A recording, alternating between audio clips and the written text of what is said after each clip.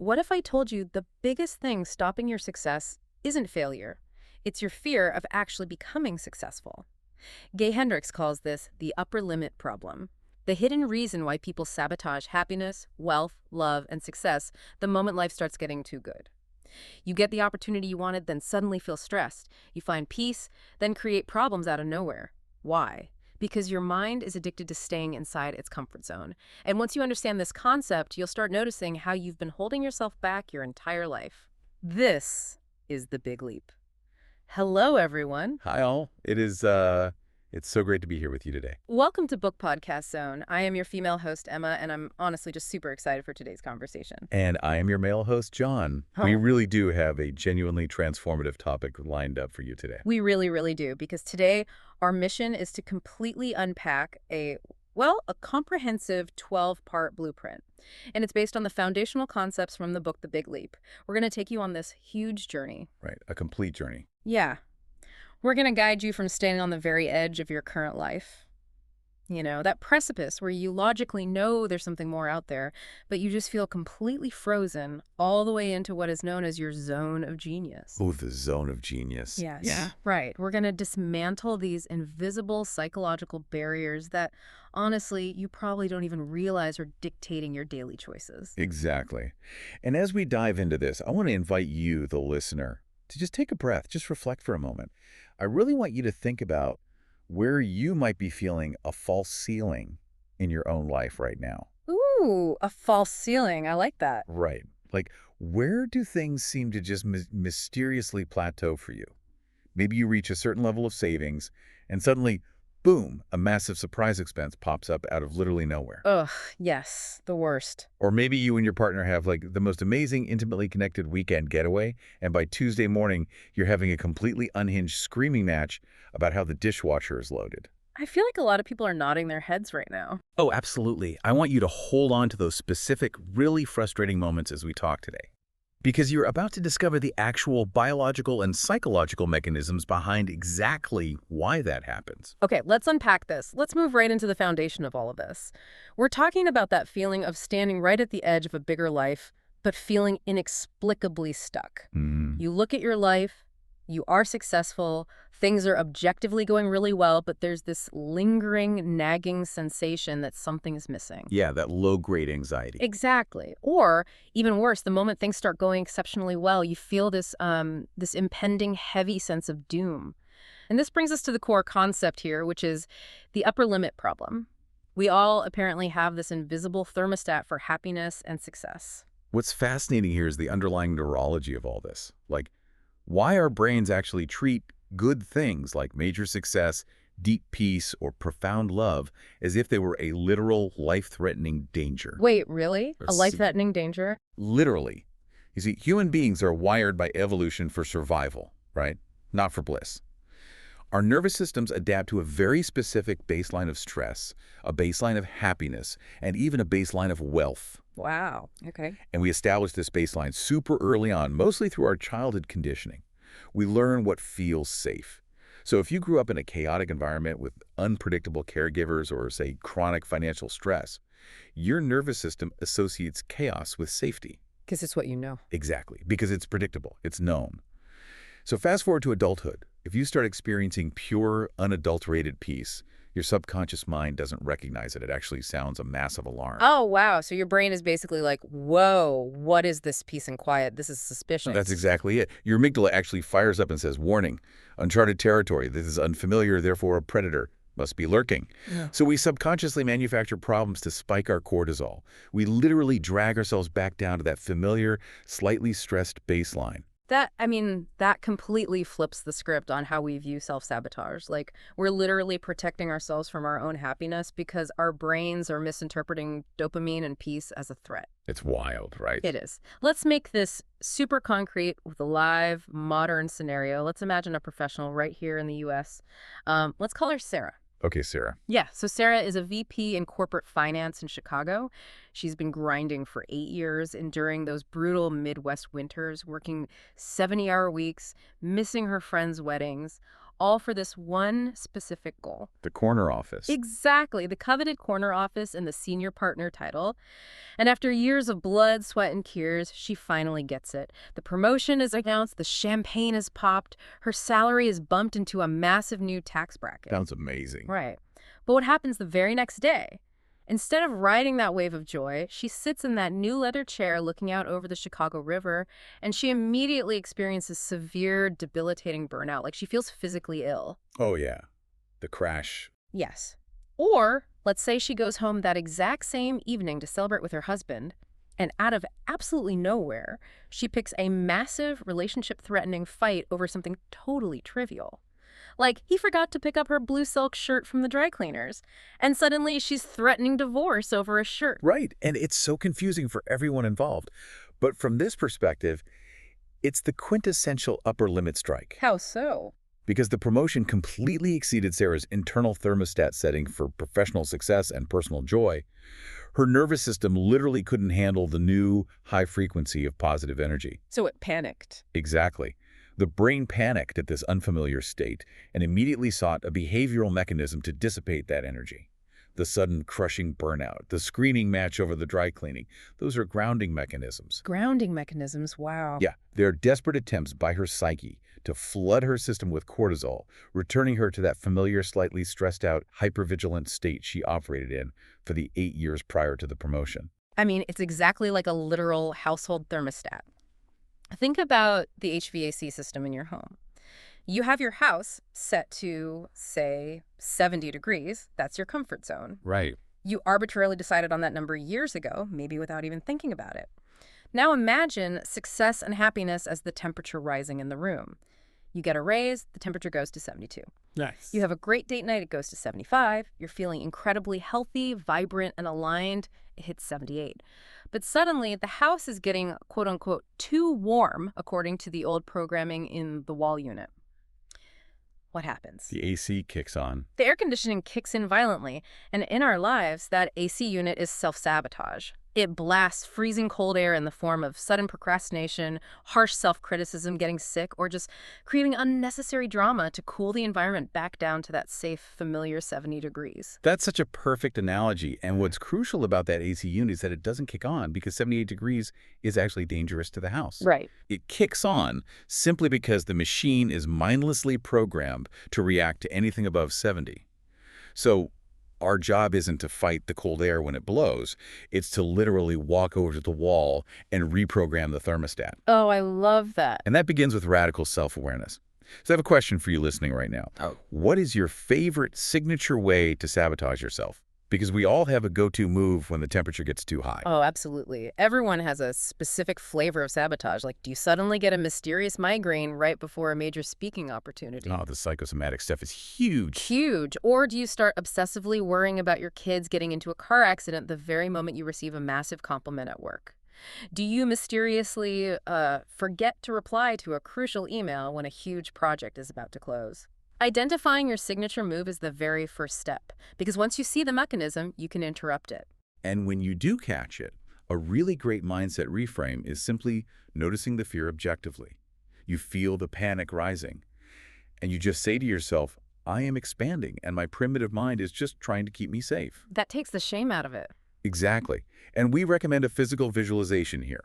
When you feel that upper limit strike, close your eyes and visualize yourself physically expanding your internal capacity to hold positive energy. Okay, like how? Imagine your chest cavity gently expanding like a hot air balloon, creating more physical room inside you to hold that joy, that wealth, and that success without the balloon popping. I really appreciate that visualization. Taking a moment to breathe and explicitly acknowledge that the sudden feeling of dread isn't some psychic premonition of actual disaster. It's just a neurological growing pain. Growing pains. Perfect way to put it. Success can feel terrifying simply because it's new, but once you realize your brain is just running an outdated script to keep you in the familiar, you can start to step into that bigger life. The realization that our own biology fights our success is the first major hurdle cleared. Like, subscribe, and share for more update. Now, tracing this back to the source, we really have to examine the programming itself. If the thermostat is artificially set low, well, who programmed it? and what exact lines of code are keeping it there. Right, getting to the root. Exactly. This brings us to the precise psychological blueprints causing the sabotage, the four hidden barriers.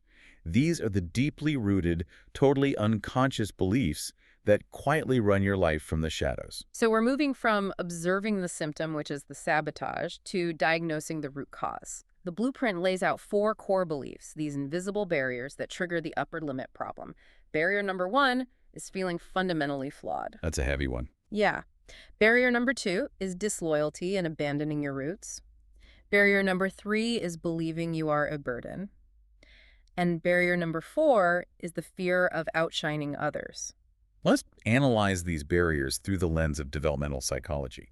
Take the first one, feeling fundamentally flawed. Okay. This is the deep-seated, entirely subconscious belief that there is something inherently broken, missing, or wrong with you at your core. Where does that even come from? Often, it's straight from childhood. A young child's brain lacks the prefrontal cortex development to really understand context. Right. So if a parent is constantly angry because of, let's say, a financial stress, the child doesn't think, oh, dad is stressed about the mortgage rate. The child thinks, dad is angry because I am bad. Oh, that's heartbreaking. It is. They internalize the environment as a personal failing. Mm. And if you carry this into adulthood, any success you achieve feels like a clerical error in the universe. Clerical error, yes. You think, if my boss really knew how inadequate I am, they wouldn't have given me this job. Or if my partner really saw my dark parts, they wouldn't love me. So when massive success happens, you deflect, you downplay, you subconsciously dismantle the relationship or the career because you genuinely believe you don't deserve it.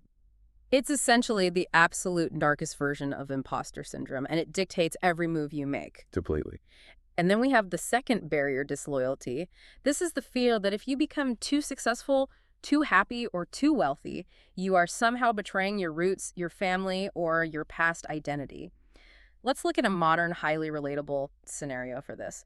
Imagine a guy named Marcus. Okay, let's look at Marcus. He grew up in a very blue-collar, working-class town in Ohio. His family's entire identity for generations has been built around hard, physical labor, scraping by, and really humble living. But Marcus, he was brilliant with code. He moved out to the West Coast, got into tech, and at 32, he just sold his AI software startup for $50 million. Wow, good for Marcus. Right? Huge win. So it's Thanksgiving. He's driving his rented Tesla back into his childhood driveway in Ohio. As he pulls up, instead of feeling pride, he feels this overwhelming, suffocating guilt. The upper limit is kicking in. Yes. He actually finds himself actively taking off his $20,000 watch and shoving it in his glove box before he goes inside. Oh, hiding the success. Exactly. And at the dinner table, his uncle makes a snide comment about, tech billionaires ruining the country. Instead of standing his ground or sharing his joy, Marcus actively complains about the stress of managing a team. He deliberately downplays his massive financial victory just to match the room's energy. Yeah, he's putting a ceiling on it. He puts a hard ceiling on his joy because his subconscious fears that celebrating his wealth means he is no longer loyal to his family's tribe. And if you think about it, evolutionarily speaking, being cast out of the tribe meant literal death. Right. You couldn't survive alone. Exactly. But Marcus's brain is treating his $50 million success as a literal survival threat.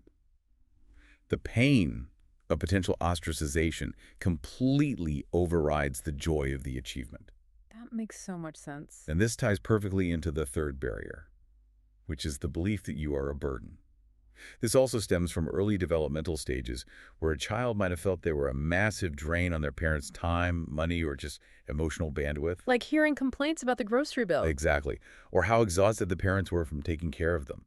Fast forward 20 years, and this person will actively avoid high levels of success, visibility, or love. Why? Because they subconsciously believe that the more space they take up in the world, the more of an intolerable burden they become to others. They won't ask for the promotion, they won't voice their needs in a romantic relationship, and they will never ask for help when they're drowning because they are utterly terrified of being, quote-unquote, too much. Which naturally leads right into the fourth barrier, the fear of outshining. This is the fear of being so brilliant, so successful, and so radiant that you make other people look bad by comparison. Oh, this one is everywhere. It is. Imagine a 24-year-old U.S. social media creator named Chloe. She's been grinding for 3 years, making solid, consistent content with a tight-knit group of creator friends.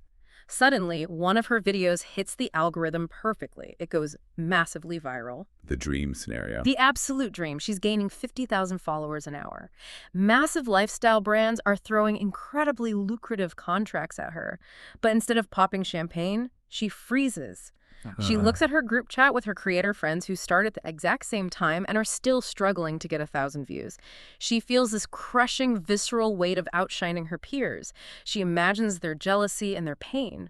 So what does she do? She self-sabotages? She self-sabotages, she stops posting, she ghosts her agent for 3 weeks, effectively killing the momentum of the viral moment entirely. She actively destroys her own breakout success because the guilt of outshining her friends was literally too painful for her nervous system to endure. The real tragedy there is that Chloe thinks she's being a good friend, when in reality she's just playing small out of fear. Yeah. And the real danger isn't just that these 4 barriers exist in our history, it's how incredibly sneaky they are when they strike in real time. So sneaky. Right. We don't usually walk around thinking, oh, I'm going to sabotage my brand deal today because I feel fundamentally flawed. It's never that explicit. No, never. Instead, it shows up as physical and emotional signals. The blueprint highlights the key real-time signals of an upper limit strike: sudden, irrational worry, harsh criticism of yourself or others, deflection of positive energy, and squabbling over absolutely nothing. Okay, wait, let me push back on that for a second because this comes up a lot. Sure, go ahead. Isn't worry sometimes just, well, practical preparation? If I just bought a house and I start worrying about the roof leaking before winter, isn't that just being a responsible adult homeowner protecting my massive investment? How do we distinguish between an upper limit problem and just normal, necessary life maintenance? That's a vital distinction, and it comes down to the utility and the timing of the thought. Yeah. Practical concern leads to a concrete action that resolves the issue. Okay. If you worry about the roof, you call an inspector, you get it checked, you schedule a repair, and the worry completely dissipates. That's practical, localized concern. Got it. And the upper limit worry. An upper limit worry, on the other hand, is entirely manufactured and usually completely unsolvable in the present moment. It's worrying about the roof leaking when it's 75 degrees and sunny outside, the roof is brand new, and you just got a promotion at work. Oh, wow. Okay, I see the difference. Right. It's an obsessive looping thought that serves absolutely no purpose other than to drain your positive energy. It's a distraction tactic deployed by your brain to bring your elevated mood down to a manageable level. Yeah. If the worry isn't leading to a concrete, useful action right now, it's almost certainly an upper limit strike. Here's where it gets really interesting.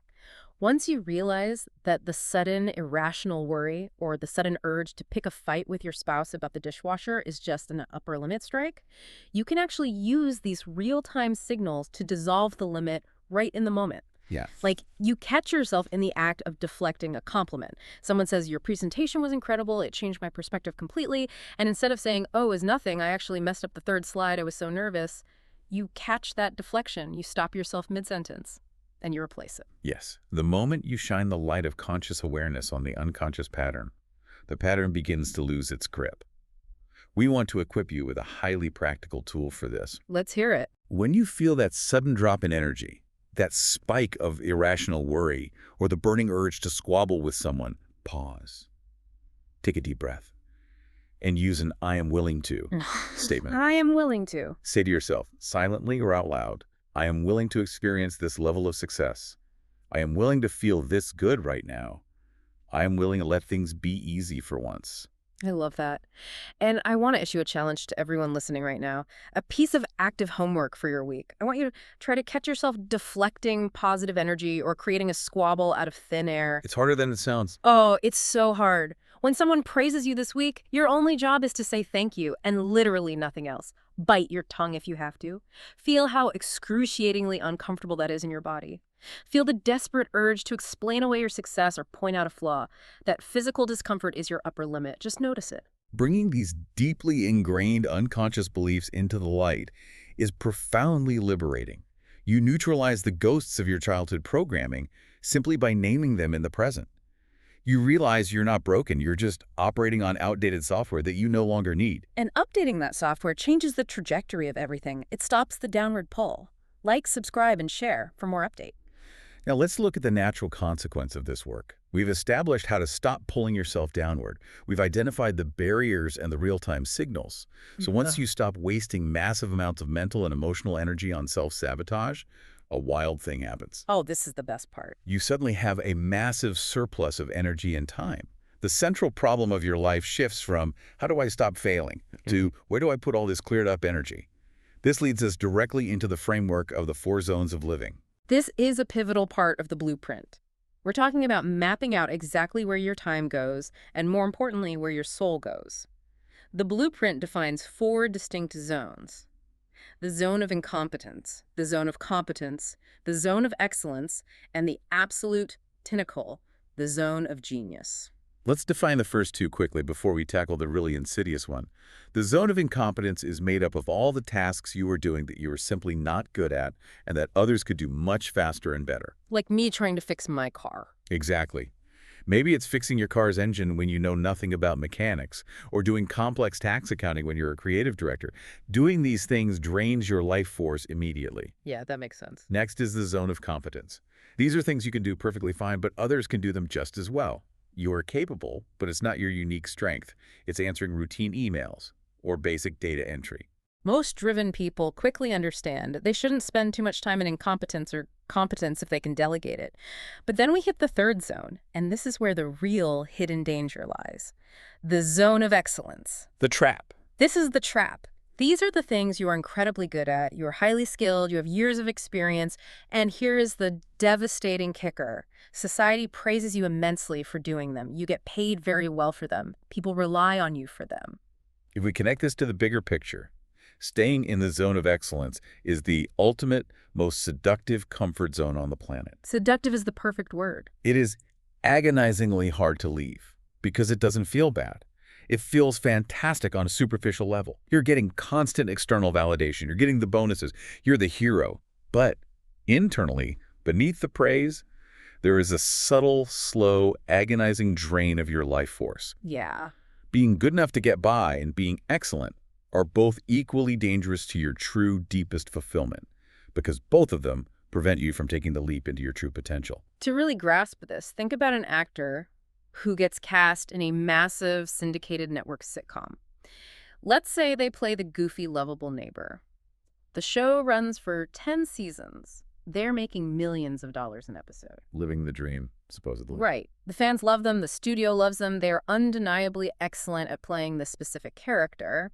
But deep down, this actor is a Juilliard-trained dramatic powerhouse who wants to direct independent, heartbreaking cinema. Their soul is starving. Yes. But every time they try to leave, the studio offers another $5 million, and their agent says, "Are you crazy? You're so good at this. Just do one more season." That is the excellence trap. It's golden handcuffs. Let's look at a business example. Imagine Elena, a U.S. entrepreneur. She started a boutique marketing agency.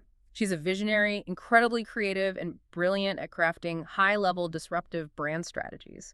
But because she bootstrapped the company from scratch, she's also the one who learned how to perfectly architect and manage the incredibly complex CRM software they use for client onboarding. Oh, I see where this is going. She is excellent at it. She can troubleshoot a broken API integration faster than anyone else in her 50-person company. Her team constantly praises her for it. "Wow, Elena, you saved us again. The client was about to churn, but you fixed the back end." The hero complex. Exactly. She gets a massive dopamine hit from being the savior. But every hour she spends buried in software troubleshooting is an hour she is not spending doing the visionary creative work that actually scales the company and brings her deep soul-level joy. She is trapped in excellence. Her company plateaus at $5 million a year, and she feels completely exhausted at the end of every day, despite being praised constantly. Elena's story is the excellence trap perfectly articulated. The emotional difficulty of letting go of what you are known for is immense.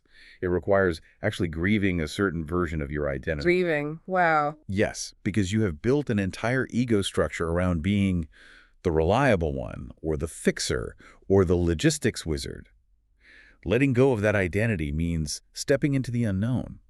It means risking failure in a brand new arena, your zone of genius, where you don't have the safety net of guaranteed praise. But I know what a lot of people are thinking right now. What's that? Why not just be excellent? Like, if you're excellent at something and people need you to do it, shouldn't you just keep doing it? Doesn't society literally reward excellence? Isn't that the whole point of a career? Work hard, become excellent, get rewarded. Why on earth would you throw that away? That is the exact friction point everyone hits. And the hard truth is, societal rewards for excellence are exactly why it's a trap. Society desperately wants you in your zone of excellence because your excellence is convenient for society. Ouch. That's true. Your company wants you doing the thing you're reliably great at because it guarantees them a steady, predictable output. They don't necessarily care about your deepest self-actualization. They care about the quarterly earnings report. But the cost of this convenience is your internal vitality. If you stay in excellence, you will eventually hit an internal upper limit of deep resentment, depression, and burnout.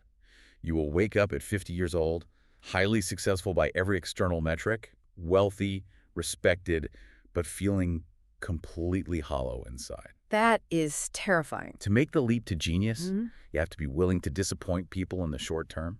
You have to be willing to say no to things you are amazing at. Yeah. You have to set fierce boundaries. Which means we have to talk about actionable steps. How do we actually get out of this trap?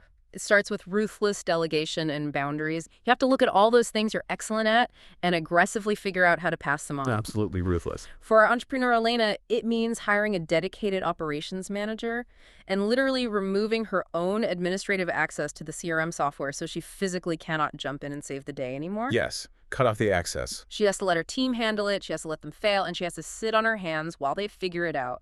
We want to help you, the listener, mentally audit where you spend your time. Think about your average work week.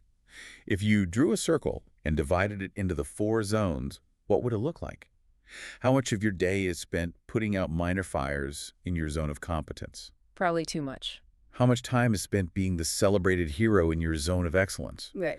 And how much time, if any, is fiercely protected for the things that only you can do, the things that make time completely disappear? I'm going to challenge you right now. Look at your mental audit. What is one specific task you are currently doing because you are excellent at it, but that secretly drains the life out of you? What will you stop doing this week? Who will you delegate it to, or how will you eliminate it entirely? It takes immense courage to step out of the warm, comfortable bath of excellence and into the terrifying, exhilarating ocean of your true potential. Like, subscribe, and share for more update. Okay, so you've done the scary thing. You've made the leap. Right. You've started escaping the excellence track, you've delegated the tasks, you've set the boundaries, you've let people down, and suddenly you have this massive void in your schedule. It's so quiet. You've cleared up your time and your energetic bandwidth. The natural next step is figuring out exactly what goes into that void. But finding it can actually be surprisingly tricky, precisely because it is so natural to you. You might not even value your genius because it comes so effortlessly. It's so true. You look at it and think, well, everyone can do this. This isn't special. No, they can't. That is your genius. The blueprint offers some incredibly powerful, probing questions to uncover these natural talents. Questions like, what do I most love to do? What work do I do that doesn't seem like work at all? And my personal favorite for career application. In my work, what specific activity produces the highest ratio of abundance and satisfaction to the amount of time spent? Oh, that's a brilliant question. Those questions are vital for the discovery phase. But realizing what your genius is only half the battle. Yeah. The other half is what we call building a home in your genius. Building a home. This is critical. It's not just a mindset shift. It requires physical, real-world systems. You cannot just think your way into a genius-driven life while keeping your old schedule. You have to physically architect your environment to support it. Right, you can't just wish for it. And you have to address the massive psychological hurdle of guilt. When you start saying no to things you used to handle things you were excellent at, you will feel intense guilt. People will be confused and sometimes angry. They'll say, why won't you help with this proposal anymore? You're so good at it. We need you. Exactly. You have to withstand that social pressure and that internal guilt to protect your genius time. Let's talk about what building that home actually looks like in practice, especially right now in modern corporate culture. Think about a U.S. professional navigating a hyper-connected hybrid work environment. Let's look at David, an art director at a mid-size advertising agency. Okay, David, the art director. Through this work, David realizes his true zone of genius is purely conceptualizing high-level, emotionally resonant visual campaigns. That's what moves the needle for the agency. But his actual days are eaten alive by Slack messages, endless Zoom alignment meetings, and tweaking minor formatting issues on PowerPoint presentations because he's excellent at making slides look pretty. Death by PowerPoint. Literally. It's killing his creativity. To build a home in his genius, he has to radically restructure his life. He implements brutal time blocking.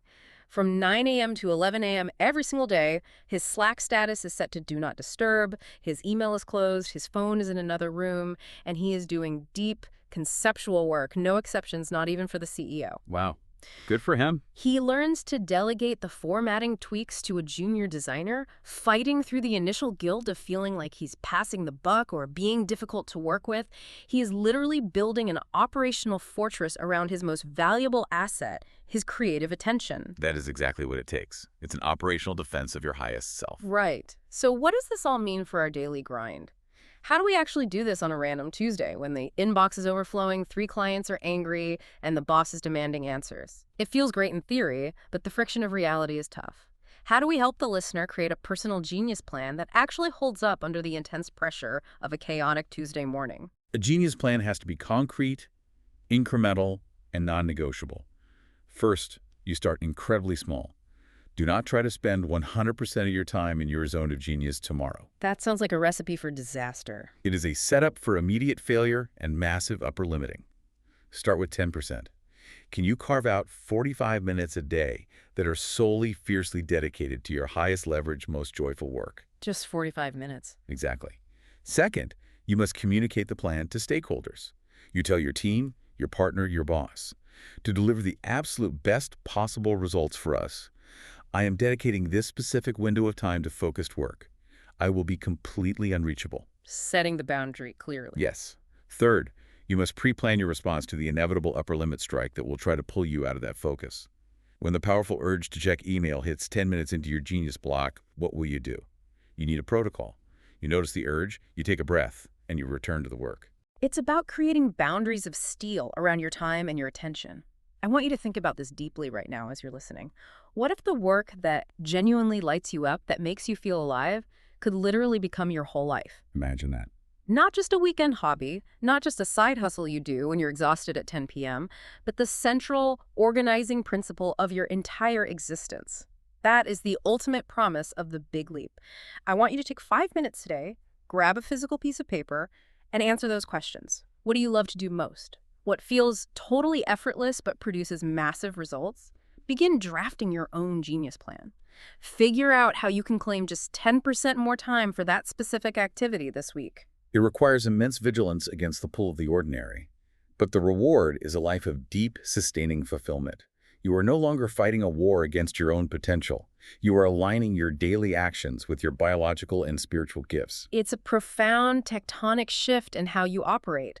You are literally rewriting your life's job description. Like, subscribe, and share for more update. Now, a life lived in genius cannot be neatly confined just to the workplace or your career. No, definitely not. The principles we're talking about, expanding your capacity for positive energy, tearing down hidden psychological barriers, they're completely universal. And as we transition into the final chapters of the blueprint, we have to look at how this profound internal shift inevitably impacts the most vulnerable, high-stakes areas of our human experience: our romantic relationships, our deepest friendships, and our bank accounts. This is where the rubber really meets the road and where the work gets incredibly raw. Because you can have your career perfectly optimized, you can be operating flawlessly in your zone of genius from 9 to 5, but if your upper limit problem is still active in your personal life, it will absolutely sabotage your overall happiness. Exactly. This raises an important question, perhaps the most important question of all. How much love and how much abundance are we actually willing to tolerate? Because consciously, if you ask anyone on the street, everyone says they want endless, unconditional love and unlimited wealth. But subconsciously, as we've discussed through the lens of homeostasis in the nervous system, massive amounts of love and money are utterly terrifying. They represent massive, unpredictable expansion. Let's talk about the money piece first, because the hidden reasons we push away financial abundance are so insidious and so common. We see this all the time in financial psychology. An individual gets a massive year-end bonus, or they finally pay off all their crushing credit card debt. They hit a savings balance they have never seen before in their life. What happens next? Within 3 weeks, the transmission on the car completely blows out, the water heater floods the basement, or they suddenly decide they absolutely must renovate the kitchen right this second, draining the account back to exactly where it was before the windfall. Yep. The thermostat resets. They subconsciously feel they don't deserve the wealth, or that holding on to wealth is dangerous, so their subconscious literally orchestrates behavioral ways to get rid of the excess energy. Precisely. The financial thermostat kicks in aggressively to regulate the temperature back to struggle or just getting by, because that's what feels familiar and safe. And this dynamic is even more pronounced and often more painful in our intimate relationships. Oh, without a doubt. True intimacy requires an incredibly high capacity for positive energy. When two people are deeply connected, completely open, and truly vulnerable with each other, the joy can be completely overwhelming to a nervous system that isn't used to it. Think about the classic, almost universal phenomenon of the post-vacation fight. Oh, this is the most relatable example ever. Imagine a U.S. couple. Let's call them Tom and Rachel. They have young kids, wildly stressful jobs, and they've been running on fumes for months. They finally managed to leave the kids with grandparents and take a 4-day weekend getaway, just the two of them, to a secluded cabin in the mountains. Sounds lovely. For 4 days, it is pure magic. They are connecting like they did when they were 25. They are laughing. The romance is alive, the stress of the mortgage and the kids is completely gone. They pack up the car on Sunday afternoon to drive home, feeling higher than kites. They are so in love. Setting up for the fall. Yes. And halfway down the mountain, navigating a winding road, Tom makes a slightly tense, passive-aggressive comment about how Rachel is reading the GPS. 10 minutes later, the temperature in the car has dropped to freezing. They are engaged in a full-blown, screaming, devastating argument about an unresolved issue with Tom's mother from 5 years ago. Classic. What happened? The beautiful, raw intimacy they created over the weekend was so intense, so high above their normal, stressed-out, daily thermostat setting that their upper limits violently collided. The argument was a subconscious mechanism to destroy the intimacy, spike their cortisol, and bring them back down to their safe, familiar, slightly disconnected baseline before they had to re-enter their normal lives. It is deeply heartbreaking when you don't understand the neurological mechanics of it. You think the relationship is fundamentally doomed, or that the joy you felt in the cabin was fake. Right, you question everything. But once you deeply understand the big leap principles, that exact same drive down the mountain looks totally different. Tom makes the passive-aggressive comment about the GPS. Rachel feels the anger and the cortisol rise in her chest, but instead of engaging and bringing up his mother, she pauses. She takes a breath. She looks at him and says, "Wow, we just had a really amazing connected weekend, didn't we? Are we upper limiting right now?" You call it out. You call it out. You name the dynamic out loud. And in that moment, you dissolve the limit. You laugh at the absurdity of your primitive mind trying to protect you from love, and you choose to stay in the expansion. That is the beauty of this framework. It turns sabotage into a moment of connection. But I want to highlight something really important here for everyone listening. There is a profound blend of the spiritual and the highly practical in this journey. We are talking about making what Hendricks calls the ultimate commitment. The blueprint emphasizes making a deep inner decision to stop playing small. But taking the leap isn't a one-time dramatic jump off a cliff where you suddenly land in a perfect, frictionless life. It is a daily, relentless practice. It's waking up every single morning and committing to catching the sabotage. It's the unglamorous daily maintenance of your new thermostat setting. It is exactly that. It's the commitment to recognizing the fear and the resistance that naturally, biologically show up right after you make a big life decision and choosing to walk through it anyway. You will never eradicate the voice of fear entirely. Your amygdala will always be there. You just learn to stop taking orders from it. I want to invite you, our listener, to do a cinematic emotional exercise with us right now to solidify this. I want you to imagine taking a vow to yourself. Close your eyes if you're in a safe place to do so. Imagine physically drawing a line in the sand in front of you. A line in the sand. On one side, behind you, is your entire history of playing small, of deflecting praise, of picking fights when things get too good, of shrinking to make others comfortable, of settling for excellent when you know in your bones you are meant for genius. On the other side of that line is a life of limitless, terrifying, beautiful expansion. Step over the line and say this to yourself: I commit to living in my zone of genius, now and forever. I commit to expanding my capacity for love, wealth, and abundance every single day as things get better and better. Hold that commitment in your mind. Feel what it feels like in your body. And as you hold it, I want you to look forward. Do a visioning exercise for your next 12 months. If you actively apply these tools every day, if you catch your upper limit strikes before they cause destruction, if you dedicate just a little more time each week to your true genius, where will you be 1 year from today? It gives me chills. How much deeper and more peaceful will your relationships be? How much more security and flow will you have in your finances? What incredible, joyful, transformative work will you be putting out into the world? Just feeling the emotional peak of taking that leap is incredible. It is the promise of a completely new life beginning. You are no longer a victim to your old childhood conditioning. You are the conscious architect of your new reality. Like, subscribe, and share for more updates. As we bring this incredible, expansive journey to a close, I just want to offer a heartfelt reflection on the long-term road ahead of you. The tools we have discussed today, identifying your upper limit, recognizing the deep neurological roots of the four barriers, escaping the seductive excellence trap, and building a physical and emotional home in your zone of genius. These are not quick overnight fixes. Oh, they definitely aren't. They are lifelong practices. There will be days when you fall back into old habits, when you let an upper limit strike cause a fight with your partner, or when you waste an entire afternoon doing draining tasks in your zone of incompetence because it feels easier than facing your genius. And that's normal. That is perfectly okay. The goal is not robotic perfection. The goal is heightened awareness and gentle, constant correction. We are so incredibly passionate about this framework because we know on a profound level that it works. And we want to hear from you. As you go out and live out your new genius plan, as you catch those sneaky moments of self-sabotage and bravely choose expansion instead, please submit your success stories to us. We want to celebrate every single breakthrough with you. It has been such an honor to guide you through this blueprint today. We have covered so much ground, from the neurology of fear to the architecture of your daily schedule. But I want to leave you with one final provocative thought, something for you to carry with you as you go about the rest of your week. I love this part. Think about everything we have unpacked today, and ask yourself this: if your mind's primary job has always been to keep you safe by keeping you small, what magnificent, terrifying thing might you accomplish if you finally fired it from that job and put your heart in charge instead? That is a beautiful question to leave on. Thank you all for joining us on this journey. We are so excited for the new possibilities that are opening up in your life right now. Keep expanding. Goodbye, everyone. We cannot wait to hear about your leaps. Take care and stay in your genius.